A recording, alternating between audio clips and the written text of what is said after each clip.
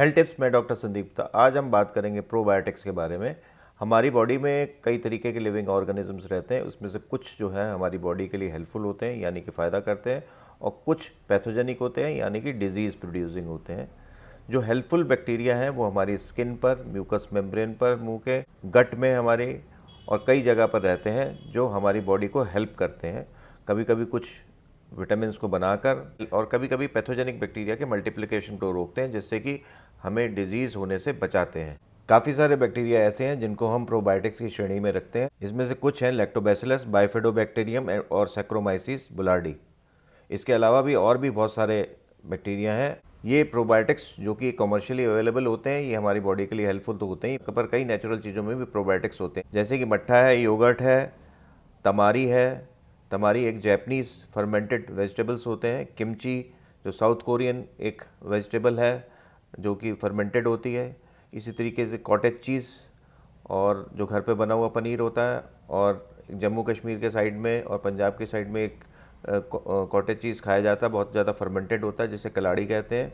तो ये सारी चीज़ें जो होती हैं फर्मेंटेड फूड्स होते हैं, इसमें बहुत ज़्यादा मात्रा में प्रोबायोटिक्स होते हैं जो कि हमारी बॉडी के लिए, डाइजेशन के लिए हेल्पफुल होते हैं। ऐसे फल जिसमें प्रोबायोटिक्स होते हैं उसमें सबसे ऊपर नाम आता है केले का। अब प्रोबायोटिक हमारी शरीर के लिए कैसे हेल्पफुल होते हैं? प्रोबायोटिक्स जो होते हैं डिजीज़ प्रोड्यूसिंग यानी कि पैथोजेनिक बैक्टीरिया के प्रोग्रेशन को रोकते हैं और हमें बीमारियां होने से बचाते हैं। मेनली गट में ज़्यादा प्रोबायोटिक्स होते हैं। प्रोबायोटिक्स जो होते हैं कई गट की डिजीज़ में, जैसे ट्रेवलर्स डायरिया यानी कि जो वायरल डायरिया होता है, irritable bowel syndrome, inflammatory bowel disease, साथ में एंटीबायोटिक एसोसिएटेड डायरिया में भी ये हेल्पफुल होते हैं।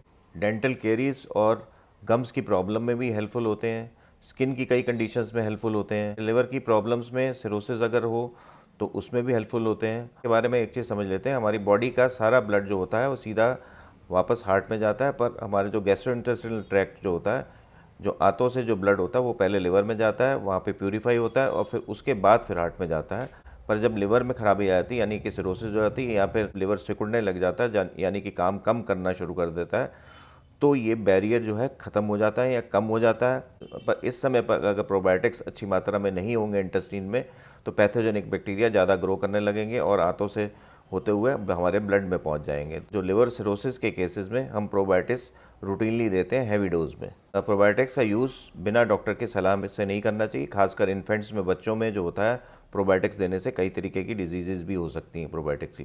प्रोबायोटिक्स यानी कि हेल्पफुल बैक्टीरिया जो होते हैं वो हमारे शरीर के लिए बहुत ही ज़रूरी हैं, और नेचुरल चीज़ों से ज़्यादा सप्लीमेंट करना चाहिए बजाय कि कमर्शियली अवेलेबल प्रिपरेशन से, जो कि बहुत महंगी भी हैं। जो हेल्पफुल बैक्टीरिया जो होते हैं यानी कि प्रोबायोटिक्स जो होते हैं ठीक मात्रा में हमारे बॉडी में बने रहें, उसके लिए कुछ चीज़ों का ध्यान रखना चाहिए। बहुत ज़्यादा एंटीसेप्टिक साबुन यूज़ नहीं करने चाहिए बॉडी पे। एंटीसेप्टिक माउथ वॉश जब तक कि बहुत ज़रूरी ना हो, डॉक्टर ने ना कहा हो, तो उसे यूज़ नहीं करना चाहिए।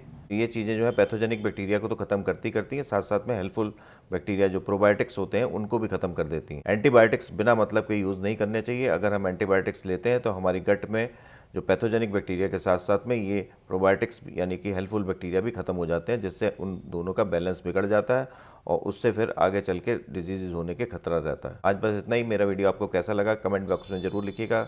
मेरे वीडियो को शेयर, लाइक और सब्सक्राइब जरूर करें। नमस्कार।